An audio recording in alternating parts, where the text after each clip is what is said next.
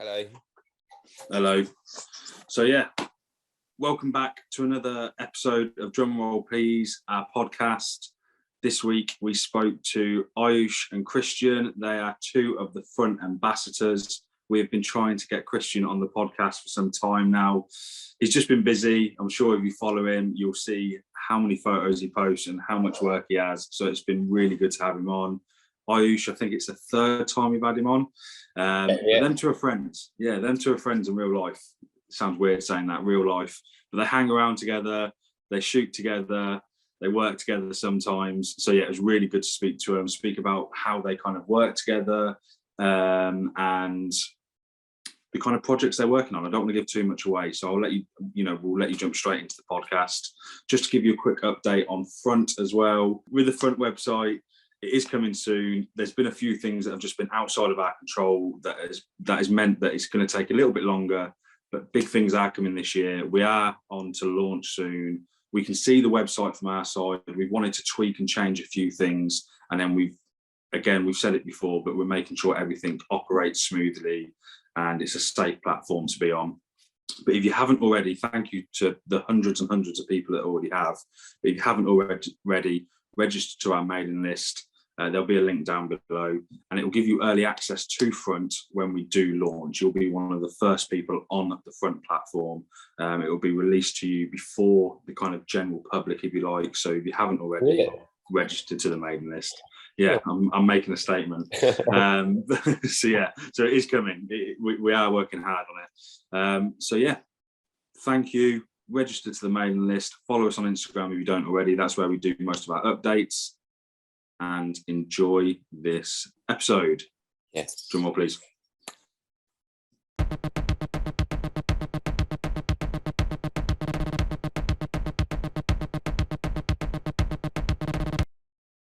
Cool. Right. Thanks for checking out another podcast. We are here talking to Yushy and Christian, their profiles and Instagram profiles and websites. You don't need to say that all the time. Everyone knows that. Take two. Thanks for coming on the podcast. Christian, it's been a while. We've been trying to get you down, but you're finally here, which is awesome. Yushy, this is what, your third time on the podcast now? Yeah. I can't stay back. Can't stay away. And you know what it was? It's because you guys tried to get me on straight after Yushy, and I weren't having that. Yushy's done so much, and he's so interesting that there's no way that I was going on straight after him. So I thought let a few more people do one first. You're here now. I'm here finally. Yeah. But if you don't know, these two are ambassadors for Front. Their work will be up for sale on the Front website, amongst other things in the future. So stay tuned for that. But we want to talk to you about both yours photography and how you kind of work together, because we know that you're very passionate about kind of documentary and photojournalism. So, I mean, you tell us, how did you two first connect? You want to go first, Yushy? Oh, sure. I think it was almost by accident. We kind of bumped into each other during some protests, and we kind of just stayed in touch since. And this is like almost coming 2 years ago now, during like the first round of like really intense BLM protests during the first lockdown. And we met up with other photographers, and we just stayed in touch since then. Yeah. But we actually met years before that, didn't we? Yes. Which was really crazy. Ages ago. He doesn't remember that. We met when Yushy won a competition when he was 16 years old for IAMS. But me and Yushy's actually talked about this, and we didn't realize for a while after we had met after this 2 years ago.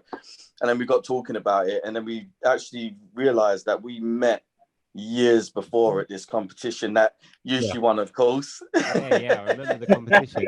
What was this competition for? So we were in a gallery for like photos in London, like when IM opened, and IM was like it was like a competitor to Instagram, and they did like here's our favorite London photographers, and we both were in that gallery in the print space in Shoreditch. We didn't clock it. Yeah. Yeah. Oh, that's amazing. Yeah, that was before the Photographer of the Year award. a couple Yeah, years that before was that. that was in 2018. Yeah. Uh, Before all when of that. yeah, Yeah. Okay. way Okay. before. When I was like first starting photography, which is kind of wild. Which So is really wild, yeah, because you yeah. won the whole competition, which was really big because you got flown out to Berlin for that, if I'm correct, right? Yeah, that was in 2018. Oh wow. Yeah. Okay. And then that photography. So where you two first met, that must have been around like 2015, something like that. Yeah. Must be- Wow. yeah. Weird. Okay. And now you're Bez's ever since then. Yeah. It was really nice. But it's funny though, right? Because I remember you saying that, you know, there's like not just you two, but your kind of like circle of, you know, photographers that you kind of hang around with on a regular basis. You all look out for each other. I remember you saying that you know, you've all got each other's back, making sure that you're all kind of protected. And I'm guessing that's still very much the case, you know, even to this day. Oh yeah, 100%. 100%. Like, I think the benefit of being with Christian is like no one's gonna bomb me at all. Yeah. yeah. There's quite a difference. Do you know what? I think it works out perfect because obviously there's quite a few of us and we all go there together and we do our own thing while we're there. But Yushy's always at the front and in the middle of everything. Like if you want to know where Yushy is, a lot of the time you look for a yellow jacket and you look right to where the trouble's starting, and you should be right in the middle of that. And I'm pretty much the same. I'm right in the middle of things. So a lot of the time we're right next to each other, so it's quite easy to help each other out if we need to in certain situations. But to be fair, you should never really need help with anything anyway. He knows how to handle himself in those sort of situations. We just go there and we enjoy it. We have a laugh, and yeah, we just try to get the best of what we can get at the protests. And has there ever been like a time where you can, like, I don't know if you know an example, but I'm sure there has been, but has there ever been a time where you know that you've probably got a better result or a result that you were hoping for because you were together, or, you know, the group of you were together? Definitely, yeah, definitely a few times. I think especially at the more like I say radical protests where it's really unpredictable. And like protesters and people kind of pick off like single photographers, and it happens a lot with the press guys with their two massive cameras. So if we're in packs, and it's kind of easier to take a picture, and literally, like I'm sure Christian he'll explain this about when we kind of got let in to photograph David Icke. Oh wow! Well, that was a pretty cool situation because. Yeah, because the way that happened, we was outside the barriers, and the security for the event that day just happened to be one of the guys that was running it all. He knew my face from Forest Hill. He just recognized my face, and he basically said to me, he was like, "Do you want to get in here?" So I said, "Well, if you can let my mates in with me, then I'd absolutely love to get in." And when I got in, he basically said to me, we didn't know each other. He was like, "You know what? No, I see your face around Forest Hill. I'm from Forest Hill." And he's like, "You just seem like a really cool guy. I like the way you deal with people and the way you carry yourself." He was like, "Come inside." So he ended up getting me, Yushy, and I think it was Paul as well, right? They were shooting a Super 8 or something, I think. And yeah, we ended up getting right in the middle of there. And that was a pretty good day, to be fair. Yeah, it was wild because we were given high-vis jackets, and around us was Piers Corbyn and his posse, and David Icke and his family.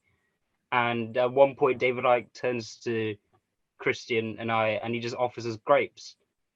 And we were like, I know for a fact I wouldn't be able to be in that situation if it wasn't for Christian and he just getting let through. Yeah. And no other photographer could get that close to us. And as soon as that finished, right behind us, loads of riot police charged in, and Christian like nudges me. He's like, "Maybe it's time to take off the high vis and just get out of here." That's cool. Like you had this like strategic plan almost that got formed out of nowhere. But why the grapes? What's that about? Was that like a test, like a reptilian test or something? Maybe I did accept the grape. You never know. Yeah. If he doesn't take the grapes, he's a reptile. No, it's fine. We won't go down that rabbit hole of thoughts. Yeah. Please no, not again. Yeah. But that's cool though. So like, obviously, for people that are listening that don't know you so well, Christian, Forest Hill is your hometown, right? No, Peckham is. But it was just for about 2 years that I lived in Forest Hill. So, and more recently now, right? You're photographing Peckham, right? Yes, so I'm doing a couple projects in Peckham and Camberwell at the moment, so where I'm just shooting locals and just documenting the area. So that's my main projects right now. And I decided from the start of the year to shoot everything on film. I've got rid of my digital cameras now, so that's been pretty interesting. So pretty expensive on the bank account as well. Yeah. You've got rid of your Ricoh GR2 out of choice, and Yushy, yours is broke. It's completely gone. That's so annoying. R.I.P. That's like, that's not your first either, isn't it? Oh, that's my second now. Right. But I'm still not close to Christian yet. It's gone for about like 12. I've gone through quite a few of them, yeah. Quite a few. Well, if it goes on how much, like, you know, I really like that you post a lot of your work, and we won't go too much into detail about Instagram and social media. I feel like every episode that we record, we talk about those things. But if you haven't already, you know, if you don't already follow these two, go and check it out. But Christian, specifically around you post a lot of your work, and I love that. Like, it motivates me. Like every time I check at my phone, you're at the top, which is I always know there's going to be a new photo. Oh, he's gone all shy now. He's disappeared. Yeah. Sorry, no, someone's tried to call me. Someone decided to call me at the worst time. But I see a lot of your work. Now, do you post everything, or like do you use Instagram in like a journal, like, you know, like it's your personal journal, or do you keep back ones for future projects, or is it just a case that that's where you're going to put everything and then you'll go back through that and choose those? Well, no, it is all my project stuff, all my best project stuff I'm holding back, so I'm not showing anyone my project stuff, because I believe when you put all of your best work and all your work up on Instagram, it kind of loses the impact if you was to pull it in a project and pull it in a book at some point. And I want a lot of my work that I put into a book or I do in projects to have a little bit more of an impact when I actually bring it out. So what I do put stuff on that sort of off shots from my project that ain't going to make it here and there, which I'd need to stop doing because it's still going to take away from the impact of the eventual project when I bring it out. But sometimes it's just nice to sort of show people a little bit of what you're doing, especially when you change what you're doing as well. Because for me, moving from digital to film photography has been quite a big step for me. Considering I only started shooting film at the start of last year. And I think in the whole year, I shot about 20 rolls of film. And that's all I ever shot in my life when it came to film. So to make the big leap from saying, right, I'm going to sell all my digital cameras and I'm only going to shoot film now, it's been a big learning curve and one that I'm really enjoying at the moment, to be honest. So is that something, are you shooting like, I guess that you're shooting what, 3 or 4 rolls every 15 minutes, 20 minutes, something like that? you would think so, yes. And although I've shot a lot more than I've shot a lot less than what I thought I would have shot at this time, to be fair. But I think I've shot about 30 rolls this year so far. And are you trying out different film stocks, or have you decided to stay to a certain few? Right, what I do for my projects that I'm shooting, I'm sticking to one film stock, and that's Ilford HP5. Yeah. Because I find you can really you can push the ISOs quite a lot with that, and shooting at 1600, I find it gives me a nice bit of contrast, and I love the way it looks. So, plus with the weather in Britain, you never know what sort of weather you're going to get. So shooting at 1600, you kind of know you're covered. Plus, I'm using a 50mm lens that goes up to f22. So I know no matter what the weather is going to be like, I'm able to shoot my projects at 1600 on HP5. But then if I'm shooting central London or I'm doing a protest or anything like that, sometimes I'll throw in some colour for some fun, just switch it up a little bit. So I just got some Kodak Pro 100. So I'm testing that out at the moment. But yeah. I don't know if you guys agree with this, but like I've been shooting a lot of black and white recently, and if you're not from the UK, then it is miserable weather most of the time. And if you are from the UK, you know where we're coming from. So probably in the last kind of like, well, over New Year and Christmas, like probably for like the last 4 or 5 months, I've pretty much only shot black and white on film. Whoa.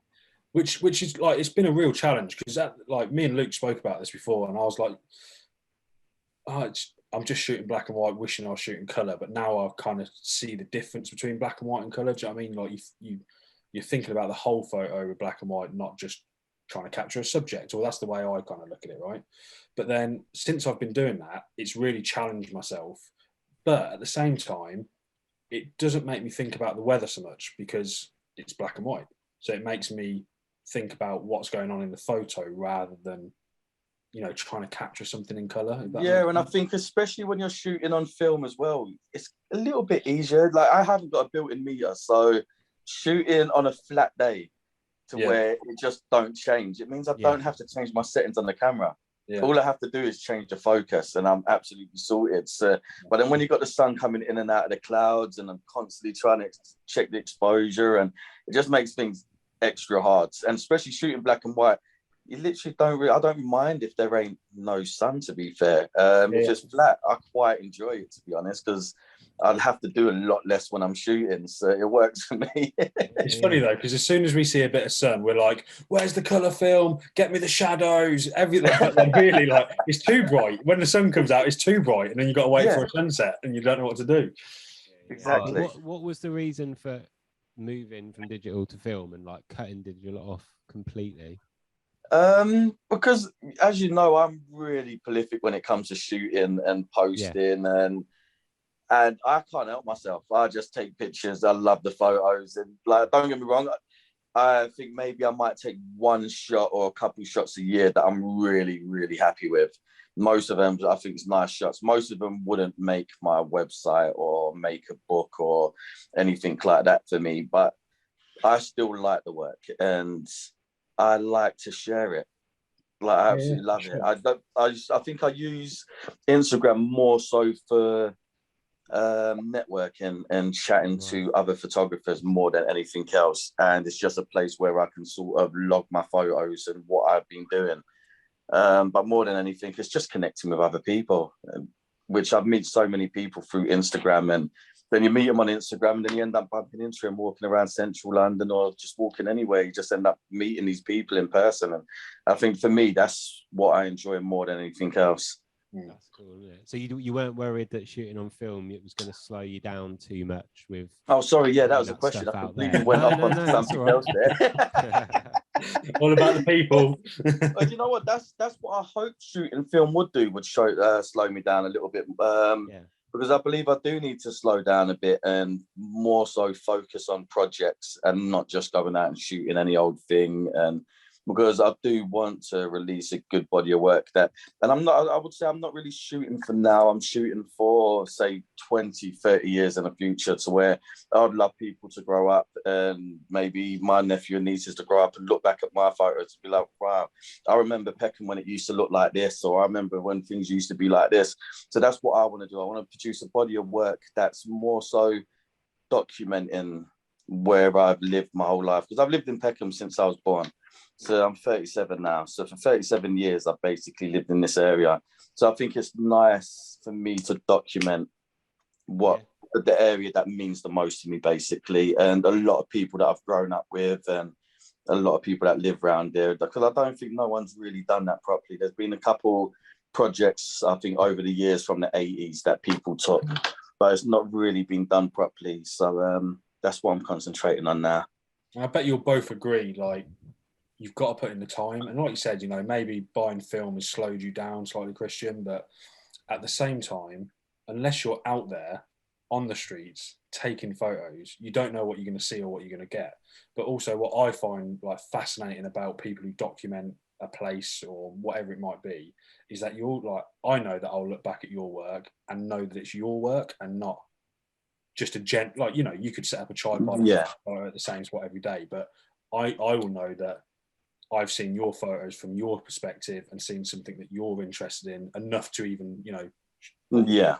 Do you know what I mean? And I think that's like a great way of documenting somewhere. And fair enough, you know, you might be trigger happy, you might only take 1 or 2 photos a day, and from them you only might get 1 or 2 photos a month that you might consider putting towards something, right? Exactly. But unless you're out there and you're wasting those shots to get that 1 or 2 special one, you're not going to get them. Do you know what I mean? Exactly. And I think it's all worth it. No matter how many shots I take, if I come through the end of the year with a handful of shots that I'm proud of, I'm more than happy. Yushy's been down to Peckham a few times to shoot with me. I was. It was about to say we put in the hours, we put in the grafts, and like Peckham is actually really, it's a cool place to shoot. It's nice. Yeah, it looks. We had a good time shooting in Peckham, didn't we, Yush? We got some like loads of good portraits, and it's literally like what you said. We go there with a rough idea of what we want to do, but we do it. We commit, and we spend like a few hours just walking around up Burgess Hill, and we see a guy just doing a handstand by himself. And I was like, all right, cool. We speak to him. We get a portrait of him doing a handstand. Portrait is great, and then we walk down to the fishmongers. They want a picture. Oh, even better. Yeah, we're here. Are these people that you know, or you just got, you know, Peckham's that? I feel like I could go to Peckham for argument's sake, and I'll be like, yeah, my boy's Christian Cross. And they'll be like, oh yeah, nice, yeah, take a photo. But I don't know if you know like all these people, or if it's just a case of they've started to see you like around, and then you're. That's what it is. A lot of the people that you would get working in the shops and on the high streets and stuff like that, they'll know me by face. Yeah. By name, a lot of them wouldn't know me, but a lot of them just know me as the cameraman. Yeah. And a lot of them will say, "Oh, the cameraman." So you get all the guys on the fruit stalls and in the little shops and all of that sort of stuff, and the camera guy, like, when are you going to take my picture? So it's cool. Like, it's nice because it's got a good community there. And I've been there obviously a long time. So I know who likes their picture taken, who don't like their picture taken. And even you guys that we come across down there, like when we was with Yushy, there was one guy that had a few words to say in that because he weren't sure or he didn't know that I lived around there. So, but yeah, Yushy can tell you about that one. We walked into this market and he was angry at all these like hipsters moving into Peckham, and he's like, "Oh, you're not real Londoners." And then Christian like kind of tips off his hat as like, "Actually, I lived here for this long." And the guy was like, "Oh, you're not that bad though. You're cool. I like you." And then he continued his way within like a few sentences. Yeah. And that happens a lot when we shoot. So we'll take someone's picture. And they'll freak out, and then we'll explain why. It's like, "Oh, the light looks really good," and then they're like, "Oh, can you send that picture to me then?" Yeah, so it works really well. Yeah, that's great. But it's funny, isn't it? Because like I was saying the story the other day, but there's a few people that I've like built up the courage to go and ask to take their portrait, and they look at you a bit funny, and I'm sure you've all experienced this, but they look at you a bit funny. But then once you get talking to them, and you realise that you've just, you know, they realise that you're just a passionate photographer at whatever level you may be at, they always end up asking for a print. Yep. Or, you know, or send me that photo, or what, do you know what I mean? And that's kind of cool that you managed to persuade them enough to realise that you're actually out here for a purpose, not just, you know, for a walk, and you just want to be that person who's just taking photos of people. You know what I mean? You are building this body of work.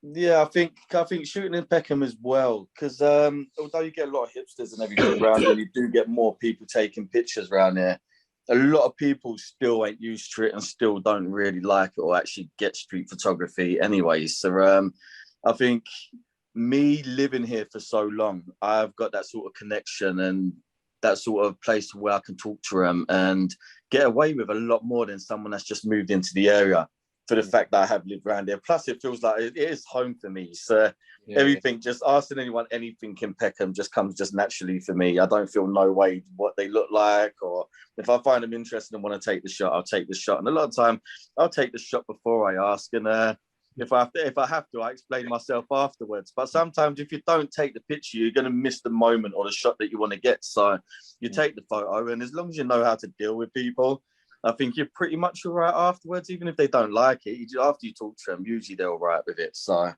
that's it, yeah. Yeah, that's really. Oh, look at you now. I'm sitting here drinking a pint glass, trying to look manly, and you just bring out 2 litres.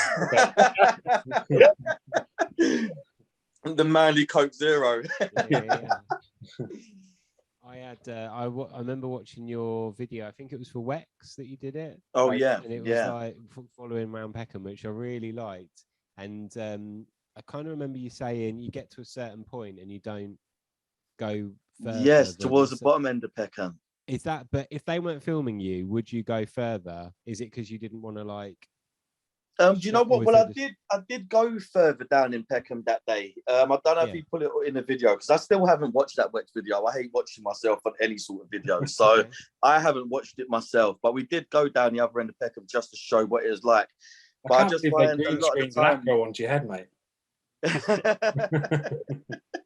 But yeah, no, I just find down that in the Peckham is because there's more shops and people shopping and people are just in a rush and not so much in the best of moods down that way. It's still all right to shoot sometimes, but sometimes you go out and you just want people that's got a good vibe and good energy. And I find the top end of Peckham has got that because there's more coffee shops and like a little arcade, and it's just people's a lot more cheerful up the top end. Down the bottom end, just got people sort of shopping and rushing about, wanting to get home, and so it depends what time it is of day as well, I guess. So do you ever feel like you're going to run out of stuff to take photos of? Probably. That's for both of you. Oh, like because you're always going. If you're always going to the same bit, I guess you're not always going to this. Just going to that part of Peckham and that's it. But do you ever think? There's what else can I do? What else? I've been there so many times. You know what? You maybe surprise yourself. No, because Peckham's pretty big, and although Peckham High Street ain't the biggest, you've got offside roads, and then the rest of Peckham, there's always stuff going on as well. So I don't just shoot on the High Street. I mainly showcase the High Street because there's a lot more going on the High Street. But there's a lot of other places in Peckham that I like shooting, like Burgess Park. You've got Peckham Rye Park. I'm doing a project at the BMX bike track down in Burgess where they've got Olympic silver medalists down there, and Kai and his dad and all of that train down there. So I'm doing a project down there at the moment and documenting a lot of that, which is really cool. And I'm hoping to do one in a local boxing gym at some point coming up really soon in the near future. So there's lots of little projects that I can do. So what are you going to do? Just tie the Leica to your head while you fight? Well, I'm a bit old for fighting and that now, so I kind of stay away from that sort of stuff. Why don't you be the ref? You should be the referee. That's what you need to do. Like, I'll be the ref. I definitely don't mind being a ref. Yeah, as long as they don't throw no cheeky punches my way.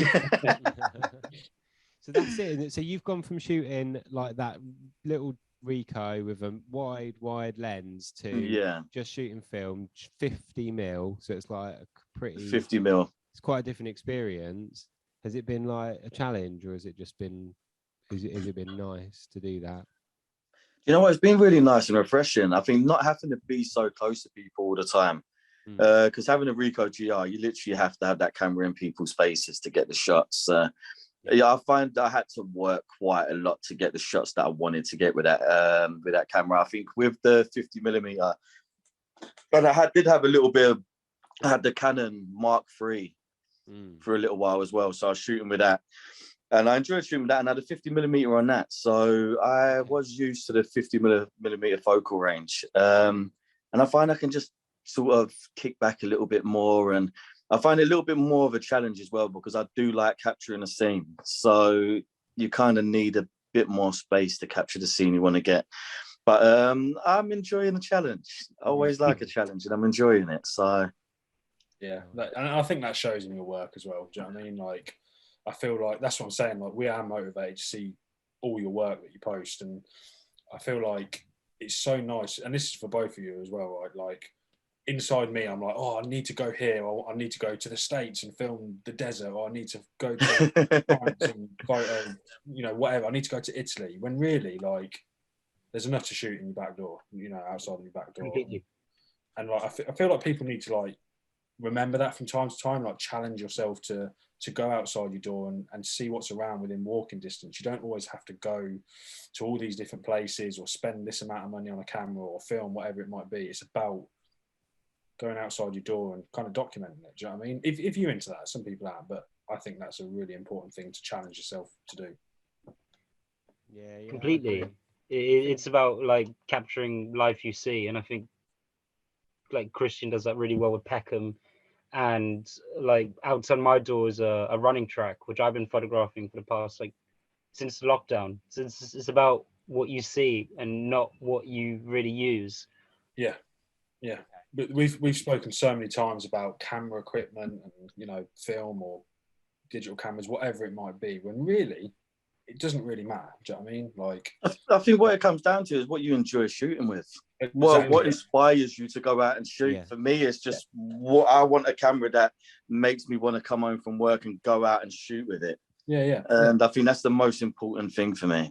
I feel like a good analogy of it, right, is that I used to be obsessed with getting like a new phone every couple of years, and I followed like the latest released iPhone, the latest released blah blah blah. But now, like, I don't really care because I take photos, so I don't care about the camera on the phone for the most part, right? But I'm also out of the loop now, so I couldn't tell you what the latest iPhone does compared to the one before, and it's the same with cameras. So like, I'll go through this stage of like, oh, I want a new camera, or I want a new lens, or whatever, and I'll obsess about it. I'll research it, and then I'll know all these facts about it, and then I'll get it, and I'll love it.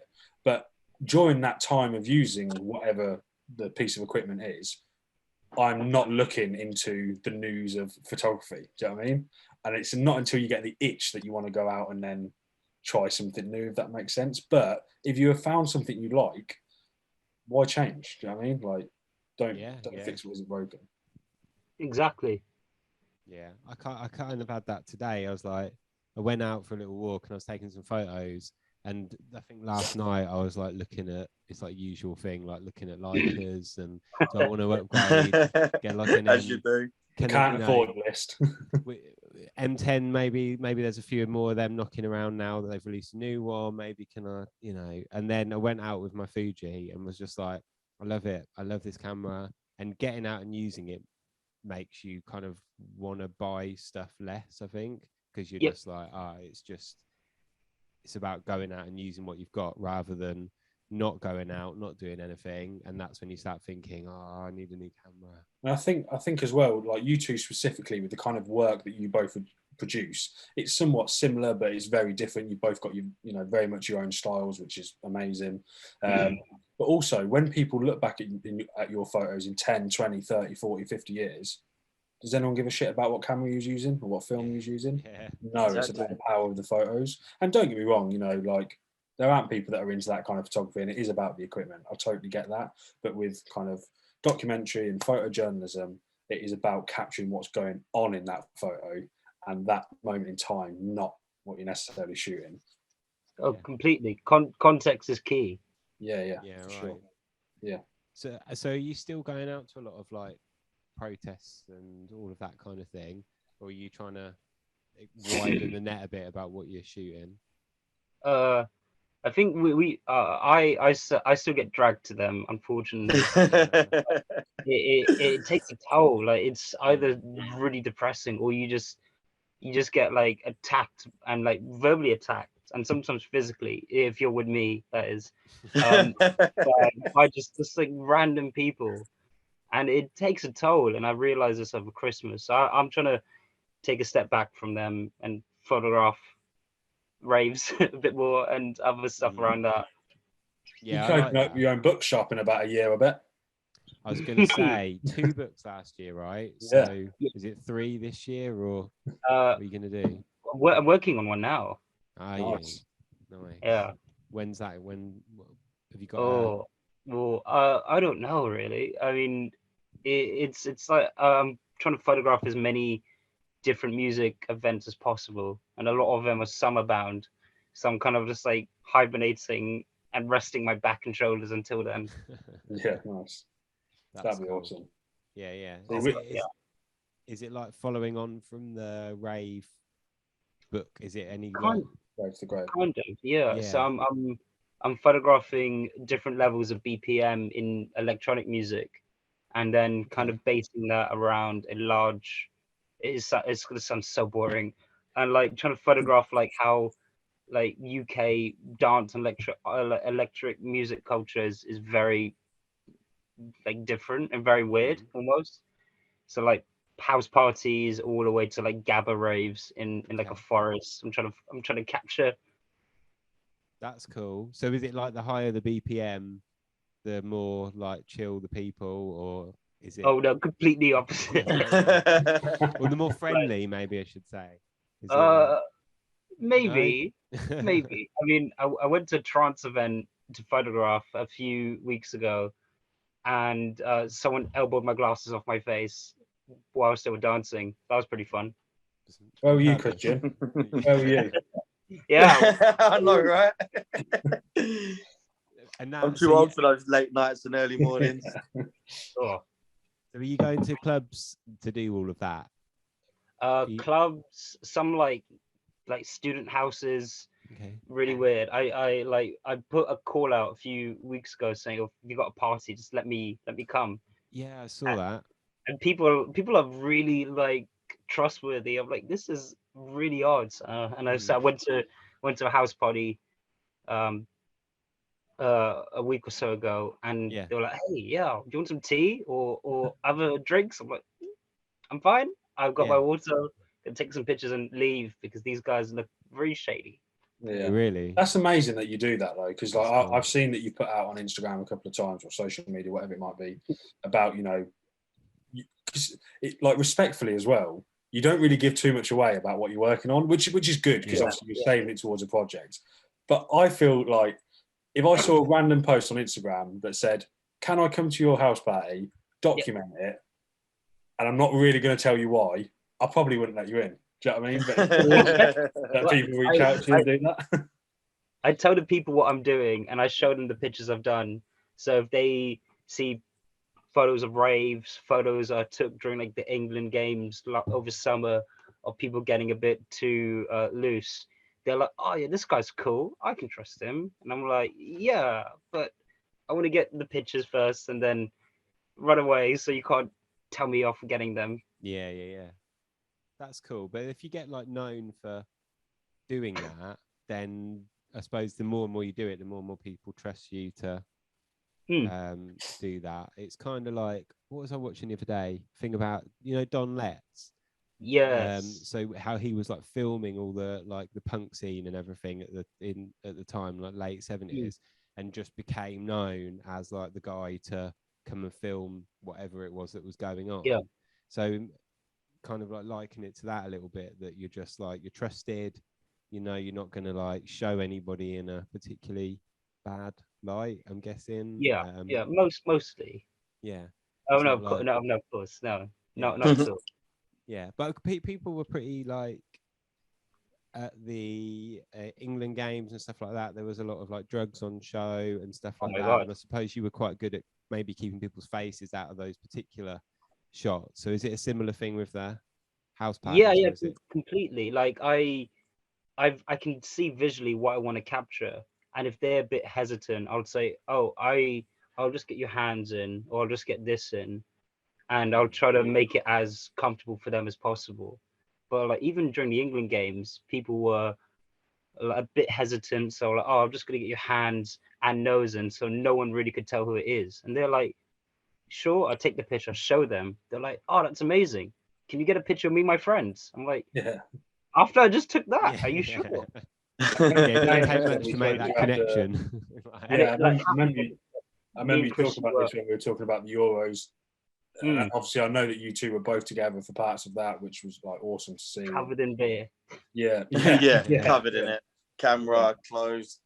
Oh God! Like it literally happened when we reached Wembley on the final. This guy, kind of really shadily in front of us, opens an envelope and looks at us with the cameras, and we just go take a picture. And he's like, "Yeah, take a picture, but don't get my face in." I'm like, "Sure, it's cool." And then that could go wrong quite easily, I bet. Oh yeah, I think no one really cared during that kind of few weeks. Yeah. Well, it's funny though, isn't it? Because if you're like off your face, right, surely that makes it like you're probably more open to let people into your kind of personal space, right, than you are if you're stone cold sober. I don't know. Does that?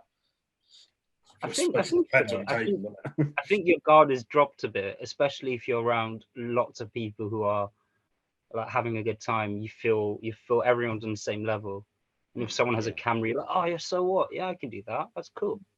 And I know, like, just changing subjects a little bit when it comes to like your journalism kind of. This is for both of you as well. When it comes to like your street photography, well, maybe more like journalism photo. I feel like, and maybe it's my lack of knowledge, but I feel like there's not too many people out there that do what you two do. I know you know other people within kind of like your circle of friends and stuff, but I feel like a lot of the people that do what you do go down more of a professional approach, so to speak. Like no one's really getting in there and getting stuck in. And Luke, we were talking about this a while ago. I remember there was a march or a protest in Northampton that you took some photos at. Yeah. But the actual like employed photographer for the protest turned up with a 200mm lens, whatever it was. Loads of lenses. Yeah. Yeah. I feel like when I say the professional approach, I mean it's people that, it's the 9-to-5ers that go out there and they're trying to sell their work to a paper, so on and so forth, when it's not so much about documenting that regardless of when that photo kind of comes out or what it goes towards. Right? Yeah, I think they're just getting the shots that the papers want. They know what the papers want, and a lot of the time it is on a big 200mm lens, and they don't care if you sort of feel like you're involved and sort of in there, sort of getting the shots, which I find more so documentary photographers and reportage photographers kind of want to be in the middle of it. I think you get more of a sense and more enjoyment from a photo, even looking at it. If you feel like someone was actually in there, you kind of feel like you can sort of smell the scene, if it makes sense. Yeah. But it's almost like there's another world to it as well, right? Because I'm guessing that if you work for a paper or a magazine or whatever it might be, then you've got connections automatically because you're employed, right? So they can tell you where to be at what time. When you guys or people like yourself, you're like the street versions of them, right? So you've got to find out yourself, right? You've got to help each other out, and then you've got to go and get there regardless of what time of day it is and so on and so forth, which to me like carries a higher level of respect. But the question that I had was, have you two ever thought about kind of going down that road? Because surely your portfolios would shine if you took it to a paper or a magazine. And I know you've done work for magazines before, but again, those photos were never taken to be part of that. Have you ever thought about going down that kind of road as like a career path? So I still do like a lot of work for like Vice magazine and Hub magazine, but they are happy to let anyone shoot whatever the protest or event is their own way. And I don't really use a zoom lens. I shoot with a 24, and if I'm not close enough, I miss the shot. And a lot of these like really traditional like magazines will have their photographers on for like 10 or 15 years, and they don't know any other way but their own. And I'm sure me and Christian have dealt with a lot of them, and they are so fixated in their old ways, and everyone around them was almost very, I'd say, old world. They don't even know what TikTok is. And they're kind of stuck in that format of we need a long lens portrait of a person crying in a protest, or that's a great shot. There's no context of like anything around it, but they know it would sell like Christian sells. But it's that kind of like way of taking pictures is outdated now. And I feel like because of social media and so many other people kind of having access to like cameras and that kind of thing, there's now like a world where you can put your own individual kind of spin on it, if that makes sense. But still, the shots that you kind of see in the media, I'm not knocking those photos at all, but like you said, sometimes they're just flat, and it feels like a photographer might have gone out there for 15 minutes and they know exactly what photo they need. They'll do that, and then they'll go home, day's done. Do you know what I mean? Yep. And they can't really tell you what's going on. And they have the luxury of speed, and with a lot of these photographers is that whoever gets their pictures out there first is the first to sell. And excuse me, and we saw this like during the BLM protest, and there was that really famous portrait of the bodyguard like dragging out that like knocked out man over his shoulder. Christian's right next to him, got the same, if not a better photo, but because he didn't upload it or no one saw it, because the guy already uploaded it and it's sold within like a few seconds because he had the internet connection. Right. Yeah. It's about speed. Yeah. And Christian, would you ever want to kind of go down that road as well, or are you happy kind of documenting things at your own pace? Do you know what? I have thought about it before, but I quite enjoy documenting at my own pace. Unless I was doing something like what Yushy does for Vice or something like that, to where he's got full control over to how he shoots what he wants to shoot, as long as he captures the day sort of thing, then I'll do something like that. But as far as the other route, I'm just not really interested in it. I'm guessing, and the thing is, I don't think there's that much money in it these days either. So, and for the effort that you have to put into it and everything else, I'll rather just enjoy doing what I'm doing and documenting things and not have no pressure and just be able to go there and get the shots I want to get on a day. So, yeah. The cool stuff is I knew you'd both answer that, but I just wanted to ask the question because but the assignments that like you get sent on for Vice are really cool, and I suppose that they're kind of like, it's a totally different thing. So like the one where you went out with that guy on a night out to see if London was a 24 hour that was quite funny. But as soon as I seen the pictures, I knew that was you who'd gone. And then there was some other ones. Actually, I stopped following Vice on Instagram a couple of years ago because I'm one of those people who's like, Vice is shit now. Like, you used to be really good. But to be honest, I don't think they are any different. It just gets annoying after a while. But I don't know, I quite like Vice. Like, it's because they're different, right? Vice is different from your kind of mainstream. But I remember buying Vice, the magazine. Well, it was free, wasn't it? I got the first issue of it. Have you? That's awesome. Yeah. Oh, cool. Because it didn't come out it only came out like, was it quarterly, or have I made that up? No, it was it started in like Canada or something, and then I got the first UK issue of it. I should probably, but yeah, it was free in this shop up the road from where I used to work, and I remember picking it up and being like, "What the fuck is this?" Like the first article in it was how to convince a girl to let you. How to get a girl to finger your ass when you're having sex with her.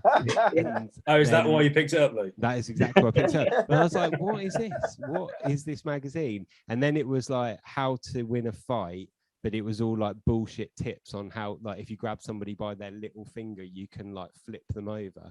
And I was like, it's just a massive piss take. I get it. That's really funny. And then obviously they sold it to Murdoch, whoever it was, and it's become this mad thing. But it's cool now that they've got so much money, they can do things like employ someone like yourself to go and take pictures for these daft stories. That it's just like, that's cool. That must be. Is there a way that you like?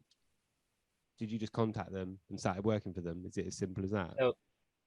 When I was doing my final major project at university, we were given a press release, or I was given a press release for the whole class to just email out, and I ended up like looking through the document, seeing just like Wales Online or Daily Mirrors, and no one really is gonna look through it. So I'm looking through his press release, and I see Vice. I'm like, cool.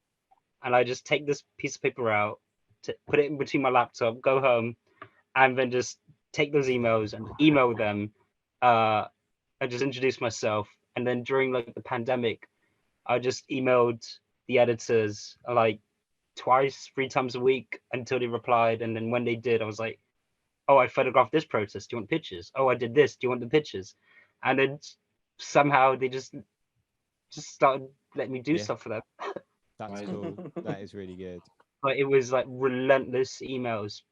Like I used to schedule them all at the same time just to go out. And I was like, this is crazy. If this guy doesn't reply, or even just might block me, but thankfully he let me do some more work for them. I can imagine the big boss man sitting in the office going, "Dave, look, 10:59. You watch. As soon as it hits 11, I'm going to get an email from Yushy." Yeah, no, it was like religious, and a few of the editors joked around about it at the like staff party which I was invited to, and they were like, "You emailed too much." I'm like, "I'm sorry, I had but it to." worked, didn't it?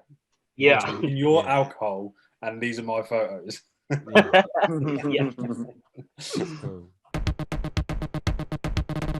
Obviously, before you guys go, we want you to give the opportunity to be able to either give any advice to people that are looking to get into like photojournalism, street photography, documentary photography, and obviously let anyone know that's listening about any projects you're working on at the moment, or even other people that motivate you, anything like that.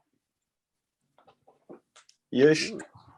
Oh, pressure's on me now. He's still What one word or one sentence? I think I said this before.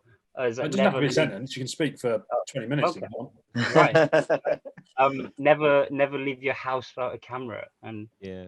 this is the only camera I have to hand. I'm sorry. It's Oh, nice. I love it. got 8 lenses to it, and I brought it off eBay. Have you been using it? What is it? No, it's a lomography Octomat. I think that's how you pronounce it. Did it make the moving like? Yeah, it's So you can really make noisy. 3D pictures? Kind of. It makes like these GIF images, but I'm trying to sell it. If anyone wants to buy a lomography camera, Oh, you know where really? to come. Why are you trying to sell it? If you're listening to this, send him a I message. saw it on eBay for £200, and I bought it for 4. I'm like, this is a money maker right here. Yeah. It's gonna be one of those guys that starts flipping cameras. Yeah. So you bought it for £4. Yes. I'll give you £8. Yeah. Sure. One for each lens. Yeah, so like never leave your house without a camera. That's my advice. And is there anything you're working on at the moment that? Yeah, so I'm working on a BPM project. I'm doing some more work documenting like the South Asian underground renaissance. Yeah. So a bunch of South Asian DJs and musicians playing music to other South Asian people. A cool creative scene that's popping off. You've posted a couple of photos of that kind of thing on your Instagram, is that right? Yep, that is right. Yeah. And then the track, which is an ongoing project, about a running track behind my house and the surrounding areas around it. Nice. That's amazing. Christian, what about you, mate? Any words of advice for anyone? Basically the same as what Yushy said. Just always try to have a camera on you. You never know what's going to happen. Also, just enjoy the process. Just enjoy it. Just enjoy being out of your camera and enjoy taking pictures.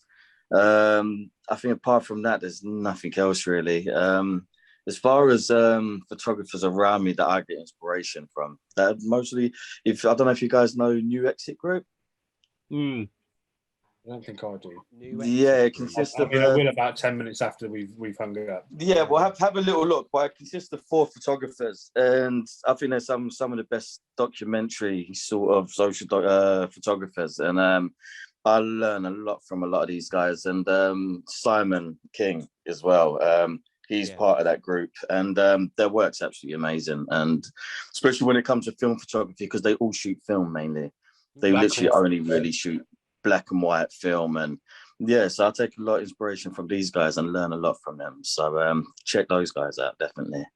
In terms of projects, I'm guessing you just, like you said earlier, you build projects. Yeah, I've got the BMX bike project, which I started at the start of the year, which is going to be ongoing for years, most probably. Because the good thing about that project as well, like you were saying earlier, sometimes you've got everything on your doorstep. It's a 10-minute walk from my house. Yeah. So I'm able to. I didn't realise that was a project you were working on. I thought that was just like a paid job. I didn't realise that was like an. Oh no, that's actually a project that I'm working on, because growing up in Peckham, there weren't much to do as a youth in the area when we was growing up and when we was kids. So the fact that this guy opened up a bike track for the kids, and not only did he open it up for the youth, but he's actually getting them to go to the Olympics, and they're winning medals in the Olympics from this track that he's opened up in the area, and it gives the youth something to do.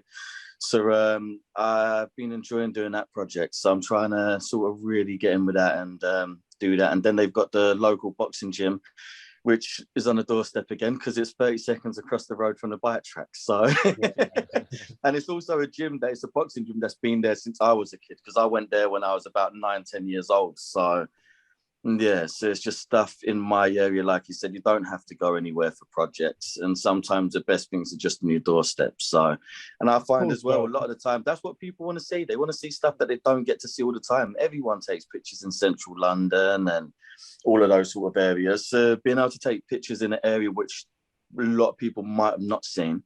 For me personally, I find that a lot more interesting.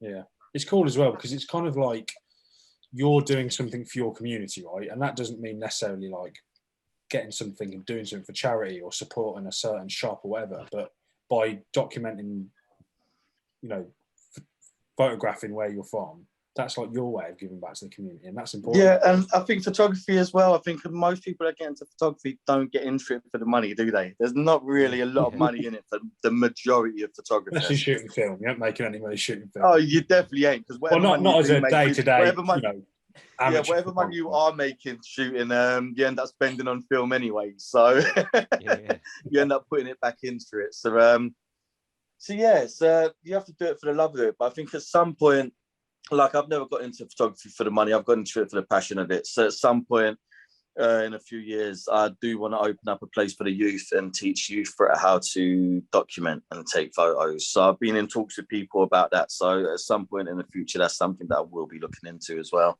That's amazing. Well, hopefully one day we can support you in some way. That'd be amazing. Well, we're definitely going to...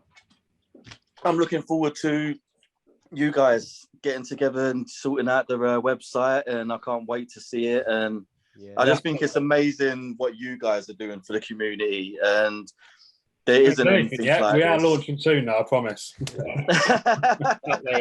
But I honestly think it's amazing what you guys are doing. There isn't anything like this for photographers, and just having a platform to where people can go and put their stuff is absolutely amazing.